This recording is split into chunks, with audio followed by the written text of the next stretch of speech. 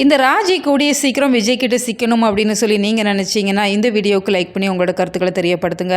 ஸ்டார்டிங்கில் இருந்தே சைலண்ட்டாக இந்த ராஜி பல வேலைகள் பண்ணிகிட்டு இருக்கிறாங்க. ஆனால் இப்போ வரைக்குமே வீட்லேயும் சரி போலீஸ்கிட்டையுமே சரி அவங்க சிக்காம தான் இருந்துட்டு இருக்கிறாங்க.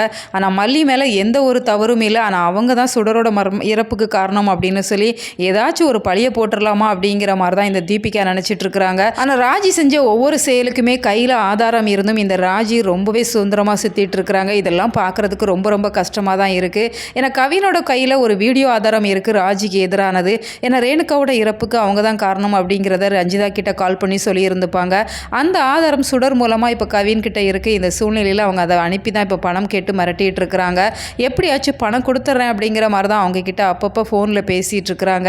ஆனால் கவின் அதை நம்புறதா இல்லை. நீ மட்டும் எனக்கு பணம் கொடுக்கல அப்படின்னு சொன்னால் இந்த வீடியோவை இப்போ உன் தம்பிக்கு அனுப்பிடுவேன் அப்படிங்கிற மாதிரி சொல்லிடுறாங்க. அதனால் ராஜி ரொம்பவே பதறி போயிடுறாங்க. இந்த சூழ்நிலையில் இப்போ விஜயோட மொபைலை எடுத்து பார்த்துட்ருக்குறாங்க. ஸோ எப்படியாச்சும் விஜய்க்கு தெரிஞ்சிடும் அப்படின்னு சொல்லி பார்த்தா இப்போவும் கதை சொதப்பல்ல தான் முடிஞ்சிருக்கு. ஏன்னா இப்போவுமே அவங்க அனுப்பலை அப்படிங்கிறதால இந்த முறையுமே ராஜி தப்பிச்சிடுறாங்க. ராஜி எப்போ தான் சிக்க போகிறாங்க அப்படிங்கிறதான் தொடர்ந்து ரசிகர்கள் கேட்கக்கூடிய ஒரு கேள்வியாக இருந்துகிட்ருக்கு. அடுத்ததாக இப்போ மயில் ஓரளவு நல்ல விதமாக வந்துட்டாங்க அப்படின்னு சொன்னாலுமே அவங்க தினேஷே நம்பிட்டு இருக்கிறாங்க. அந்த பயத்தை விட்டு அவங்க வெளியில் வரல அப்படிங்கிறதால தினேஷ் அவங்கள துரத்துற மாதிரி கனவு காண்றாங்க. அதனால் கத்தி அழுதுடுறாங்க. வீட்டில் இருக்கிறவங்க சுற்றி அவங்களுக்கு சமாதானப்படுத்திட்டு இருக்கிறாங்க, ஆறுதலாக இருந்துட்டு இருக்கிறாங்க. நீ அதையே நினச்சிட்டு இருக்கிற அப்படிங்கிறதால தான் அதை பற்றி உனக்கு கனவெல்லாம் வந்துட்டுருக்கு. அப்படியெல்லாம் எதுவும் இல்லை, நீ நல்லா கண்ணை மூடி தூங்கு அப்படிங்கிற மாதிரி சொல்கிறாங்க.